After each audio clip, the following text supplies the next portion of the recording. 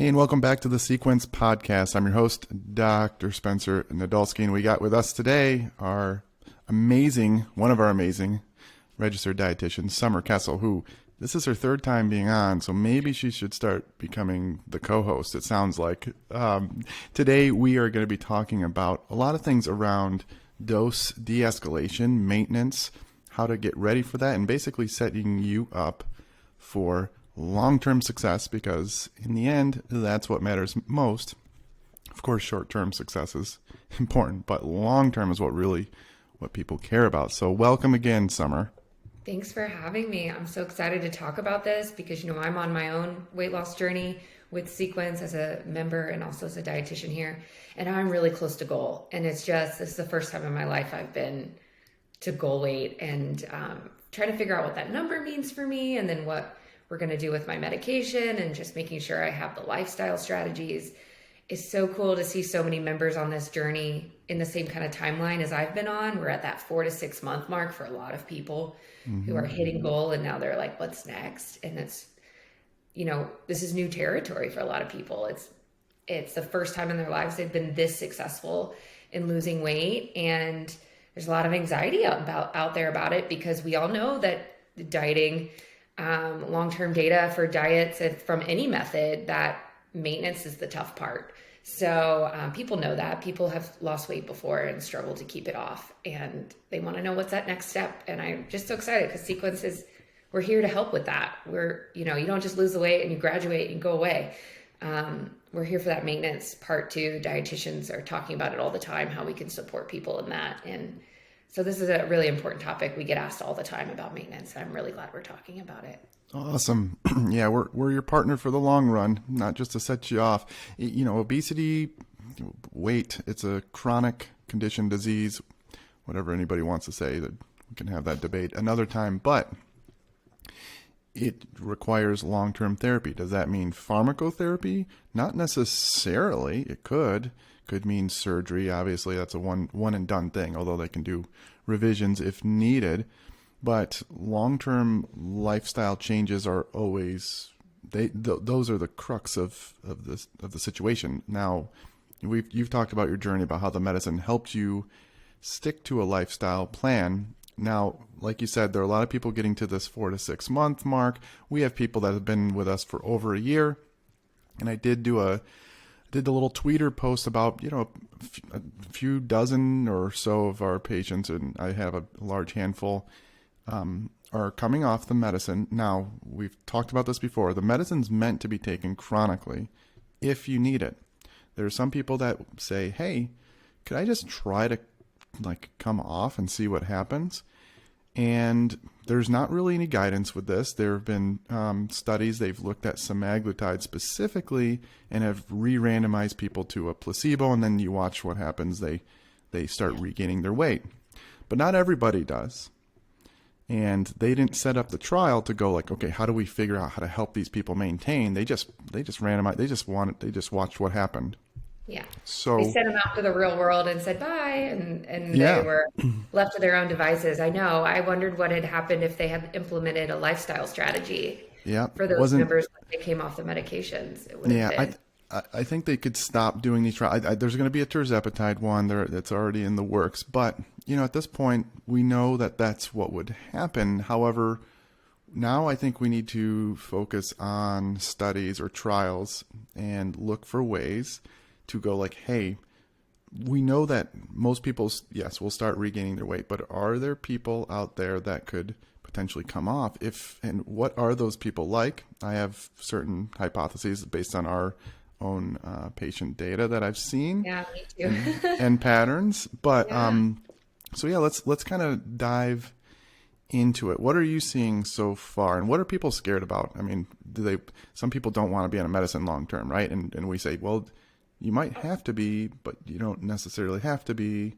Yeah, I think the big barrier there is there's two things. There's this stigma about lifelong medication and just medication in general, that somehow people think they're better if it's natural and they're not on any medications, which is a whole nother podcast. We could do a whole podcast on that. But I think the other bit is just the cost, just the financial cost and the access drama strategies.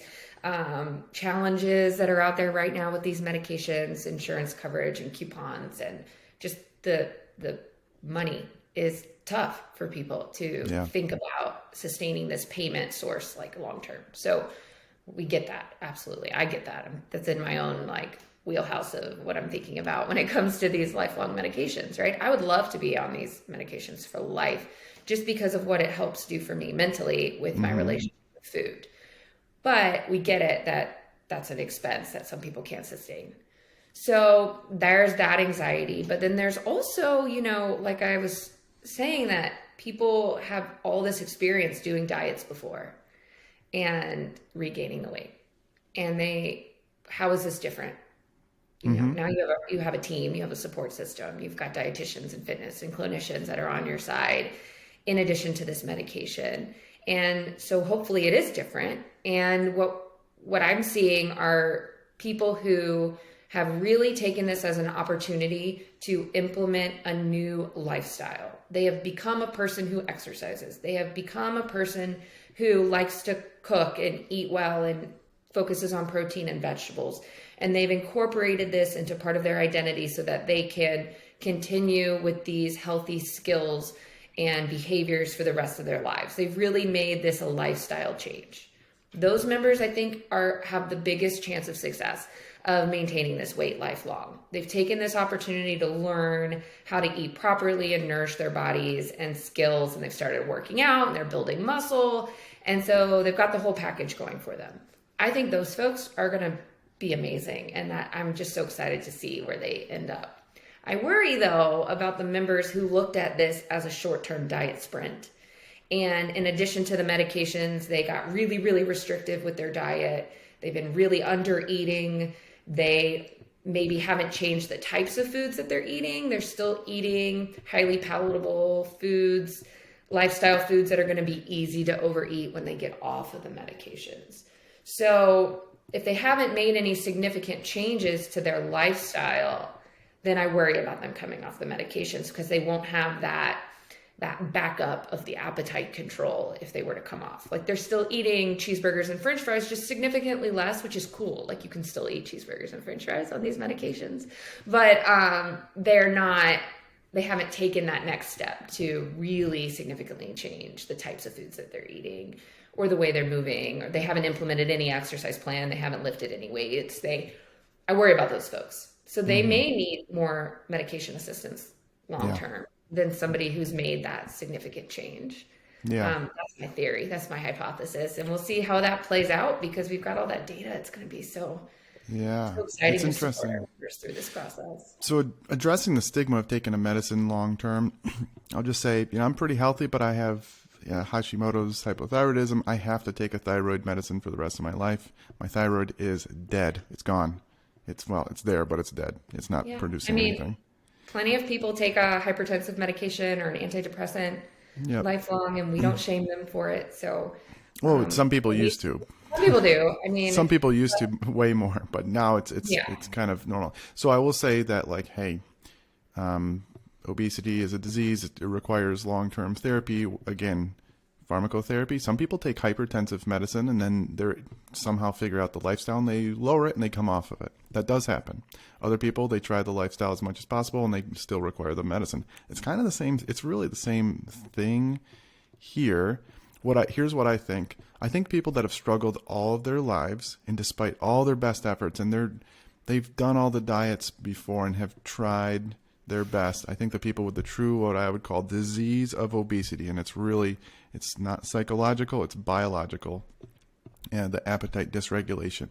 Those people are less likely to come off the medicine, maybe they might be able to wean down based on what Summer's saying here. I think the medicine allows people to do the lifestyle that people know that they need to do. It's just super hard in the environment. And if you want to listen to Summer's story on our last podcast, she explains it way better than I could because she lived it. But I think in those individuals, they may be able to wean down and maybe they may be able to maintain a little bit and then may have to come back on the medicine at certain times if needed, or they just stay on some sort of dose and that's it. Of course, the concern would be money and insurance, but those are things that are not as much in our control, that we're working on lobbying and all these different things. I do think that it's the people that gained weight more recently, having a child, something disrupted their lifestyle, pandemic, death in the family, new job, moving, whatever, something like that. I think, Kids. yeah, it's always kids. It's so funny when you read the, we could do a qualitative analysis of our thousands of patients, but when I do memes and my tweets and stuff like that, I can't even make this stuff up. You know, the reason my social media does well is because I put relatable stuff out there, and it's just because I'm listening to my patients. I'm just like, they all say kids, and so I make, you know, I do a list like, what are the top 5 reasons of weight gain later in life, and I go kids, moving, COVID, whatever, something like that. And everybody, And then all the kidless people are like, no, you just didn't go to the gym enough. I'm like, yeah, like, okay. what are you talking about? It's easy. It's like, no, it's not. I have 3 kids, and it's like, can be miserable certain days. I love them. God bless them. Anyway, we digress. We digress. But anyway, those patients, I think, again, you know, the only way to know is to do this randomized trial and try to figure out these phenotypes and whatnot when trying to see who would do what and try to predict it. But if I had to guess, it's those people that lifelong obesity struggles, despite all their best efforts, they're already eating pretty well and things like that. It's just insatiable appetite. Other people that where it's something disrupted their life and their lifestyle, where it's just something just got them out of their old habits that were healthful, and now they're just not as much, and they're trying, but like it's tough. And some of that disease of obesity might be there, but I do think those people, again, it's and in the end, I don't think it really matters, because like we can try no matter what. We can, if you have a team that's monitoring you, you have dietitians that are working with you closely, you have a team of physicians that are monitoring your weight closely, and if you're entering your weight, we can see little upticks and go, okay, we need to intervene. Hey, how are you feeling appetite wise? Summer, what do you do? Have you seen some of these patients yet where you're like, I need to intervene now? Like, what are you doing?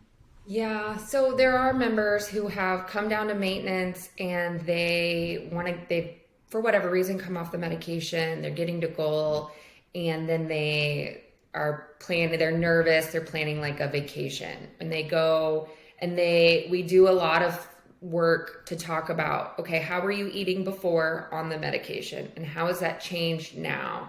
We call that kind of like self-monitoring. What other tools can we put into place to, now that you don't have this medication on board, how can we check ourselves so that we're being more intentional? And honestly, that's the beauty of these medications, is it's really released us from having to be so intentional about our diet. It comes a little bit more naturally. So people have asked me, hey, Summer, what are you going to do if you can't get your medication anymore? Something happens, you can't get your medication anymore. I was like, honestly, I probably have to go back to tools that have worked for me in the past, like tracking my calories, tracking my macros, being more intentional, maybe measuring portion sizes more carefully. Those sort of tools and strategies that are like the bread and butter of nutrition counseling that we used to teach before these medications.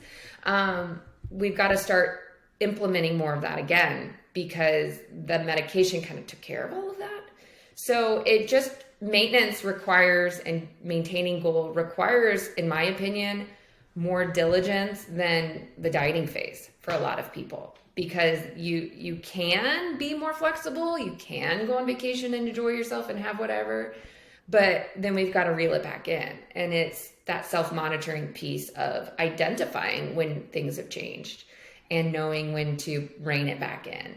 And then what does that do for your relationship with food and your body? Are we starting this yo-yo diet on, off thing? That's not healthy either. So we want to get into a place where we can be stable. And that's what we talk about in session. And every person's different. Every person has different factors, kids, job, whatever, that get in the way of their best intentions. And that's why these medications are just so cool, because they help people manage life with food in a way that doesn't impact their weight as easily. I just went on a cruise, had a great time, didn't gain a pound. Nice. Mind blown, like mind blown. And I'm still thinking about some of the vegetable dishes that I had from the buffet. Like, who am I? The vegetables were my favorite food. Like, it was so fun. And I hope to be on these medications for life. So I worry about some members who are like, well, I got to get off. Why? I mean, unless there's a true, like, you don't have access anymore. I don't think getting off the meds should be anybody's like primary goal unless that's really important to them. I agree. I hope to stay on these for life, just for like you said, the mental. I have that appetite dysregulation where I like healthy foods, but I could eat 16 ounces of salmon if you put it in front of me before these medications. Yeah. So no, those are great points. And I think for anybody listening to it, it's like, we don't want to send the message that like, hey, this is the short term. That's a myth. Obesity treatment, regardless of what it is never short term. It's lifelong. And these medicines are meant to be taken chronically. However, certain circumstances, or like, you just want to try it. If possible, it'd be nice to not have to take a medicine, sure. But just know that they're there for you to take long term if you need it. And of course, barring any and we do have studies. We have data that shows us people who have lost a significant amount of weight, maybe more than 100 pounds, the types of behaviors that they engage in to help maintain that weight, right? We have that kind of tools. We have that information. And it's usually, what's really cool is that most people strength train, lift weights, and have fundamentally changed their body composition so that they have more muscle and that helps be able to maintain weight loss. So that's a super huge component. I'm so thrilled that we have fitness as part of our program here. And we're getting people to lift weights that have never lifted weights before, which is just so fun to see their journey and their progress. Yeah. And that's super important. And then, like we were talking about, developing the skills and behaviors, cooking, grocery shopping, meal planning, nutrition knowledge and education, just developing that in somebody through this process. All of those things help with maintenance long-term, above and beyond what the medications do for appetite regulation and so forth. So one of my questions that I get asked a lot in session, I don't know if you can speak to this, because I would say defer to your clinician, talk to your clinician, is when at the journey point, BMI wise, does this conversation start with dose de-escalation? And what does that look like? For me, with my clinician with Sequence, it's been very collaborative. I think my goal weight should be this. Yeah, that sounds good. That's reasonable. That's, this BMI. At this point, we'll start talking about pulling down your dose. It's been awesome to have those conversations with my clinician. But what are the criteria that you guys look for? Yeah. So, some people look on a BMI chart and talk to some doctor in the past. It was like, here's your ideal weight based off of BMI. And it's like, yeah, that's not true. There's no ideal weight. We each have a certain weight that we're going to feel the best at, be the healthiest and the happiest. My friend, Dr. Yoni Friedhoff from Canada, he's a Canadian. We won't hold that against him, but he came up with the term best weight. I think it's a great term, because it's like, why do you think you need to be that weight? So, when we have these conversations around goal weight, we have to understand, like, why is that the number? It's fine to have certain goals and whatever, but we have to be very careful about picking out arbitrary numbers on a scale that may look different and feel different when you finally get towards that. So I created the guideline to say we don't want people to get below a 21 to 22 BMI. And why is that? Well, underweight, if you're underweight, it's a higher mortality risk than if you're overweight or have obesity. It goes sharply up. So, and we want to be careful not to shoot past that, lose muscle, cause frailty, broken hips and bones, and overall poor quality of life by not being able to function and doing things that you would like to do. Was the point of losing weight a lot of times for people.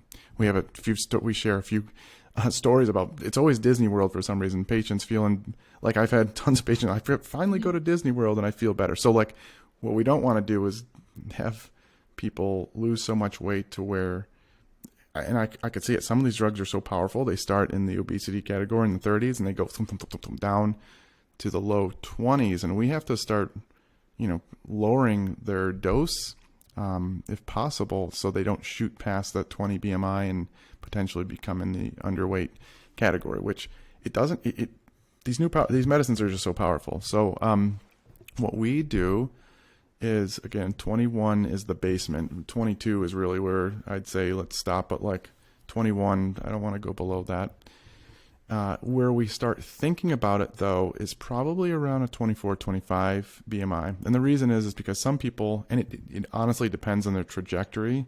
If people are losing still like a 1% of their weight and they're just keeping going down quickly, we may start thinking about it sooner. But some people start at a 27 BMI. Their BMI is 27, but they have some of these, obesity-related, weight-related things like prediabetes, hypertension, that type of thing.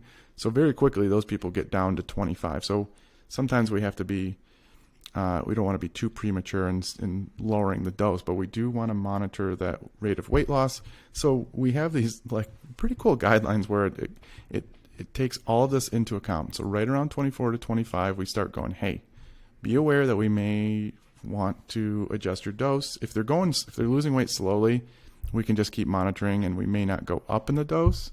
But if they're losing weight quickly, it's where we go, okay, we may want to start thinking about lowering the dose at this point. The other thing I think that you like to talk about is like, are you eating? Some of you, I swear, and you see it on TikTok. I see this, what people say. I based on the rate of weight loss, you can do the back calculations using Kevin Hall. This guy is a brilliant mathematician, physicist at the NIH, doing mathematical modeling, and he can, with his modeling, he can tell how many calories you're probably eating based off of weight loss. And based off the rate of weight loss, I think some of these people are they're like not eating. I don't have any other explanation for it. So we definitely want folks when they're getting close to maintenance and goal to be working with the dietitian. You should have already seen the dietitian, but maybe you feel like you've been doing it fine. The lessons were helpful. You didn't really feel like you were having any struggles, so you didn't reach out to the dietitian, but now you're getting to maintenance. I really want to make sure that you're not dieting too hard before we reduce your dose, because you may not need less of a dose. You may just need more food, and we may need to negotiate between the dose and the amount of food that you're able to eat. I want people going into maintenance eating as much as possible to maintain their food, because then they can get the protein to lift weights and get stronger, and they're getting all their nourishment, and then they have more flexibility. And so there's a happy place between slight calorie deficit to lose weight and then maintenance. There's some wiggle room there. Mm-hmm. So now as we're getting closer to goal, we should be pushing up on that amount of food. You should be eating more as you get close to goal, not less, which is kind of counterintuitive. People are like, I got 5 more pounds to lose. I got to go harder. Mm-hmm. Actually, you should be eating more.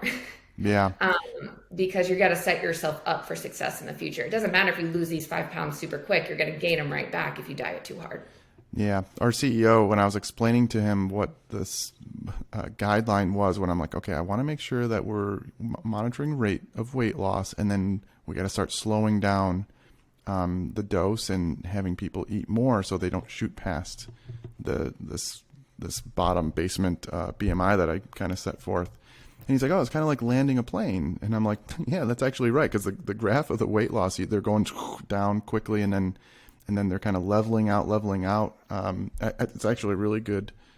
I think it's a good analogy, because yeah, like you said, if their rate of weight loss is going down, you got to start eating more to start slowing that rate of weight loss. They're going to start feeling better though. And like you said, set them up for the things that actually matter for maintaining the weight loss, which is feeling good energy wise from physical activity and strength training, keeping your muscle, staying functioning, which will then help you burn more calories, which then means you can eat even more. Yeah. So the goal is not to eat as little as possible, especially towards the end. It's likely to eat as much as possible while maintaining that weight, and not causing you to want to kind of restrict and potentially binge and that type of thing. Yeah. And then if you're having to diet so hard to get to that low weight, we need to renegotiate what that weight should be, because your goal for your body needs to be realistic and sustainable. and something that you can live with, and something you can go to Disney with your family on vacation and not be panicking about your weight the whole time, right? We want you to find a weight that's livable, like your best weight, where you feel good, your chronic diseases are managed, you don't have prediabetes anymore, your blood pressure is great. It doesn't have to be a BMI less than 25. If your happy weight is a BMI of 28 and you're moving well and you feel good and your chronic disease is managed and you're getting in the gym and you like how you're happy with your body and you like how you look, and some women don't want to lose, especially the women, right? They don't want to lose their butts and their curves. Like they like that about themselves. Like we celebrate that. We want people to be the best weight for them and not some arbitrary number from a calculation that I come up with, because that's not realistic. Yeah, I hope the insurance companies are listening, because right? They take that stuff as gospel. It's kind of weird. I hope that archaic system is put out to pasture at some point.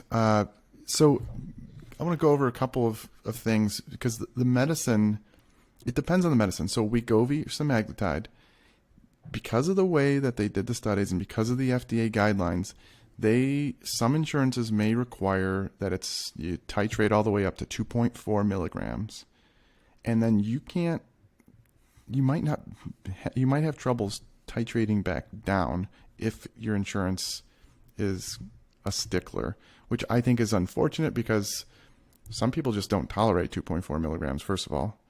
And some people, if they're losing weight too quickly, and we've seen it already on semaglutide to Wegovy, and they're getting down to 23 or so, and they're losing BMI and they're losing more weight. We're like, we don't want them to go below that 21 BMI. So some insurances are weird. So we can find some tips and tricks to figure that out. We can appeal insurances maybe to say hey, this person's not tolerating it, please allow for this. But for the other ones, you got tirzepatide and semaglutide in the Ozempic pen actually is able to titrate very easily due to the way the pen is set up. And some people, what we do is get them on the lowest dose that they can tolerate, and even sometimes it's the lowest dose that the drug comes in, and then eventually we even extend it from every 7 days to then every 8, 9, 10. Sometimes I've had some people take it every other week and they do fine.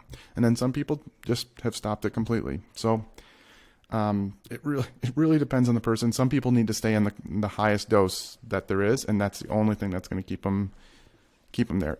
I'm not going to be able to tell you which person you are, but just know that it may be possible. It may not be.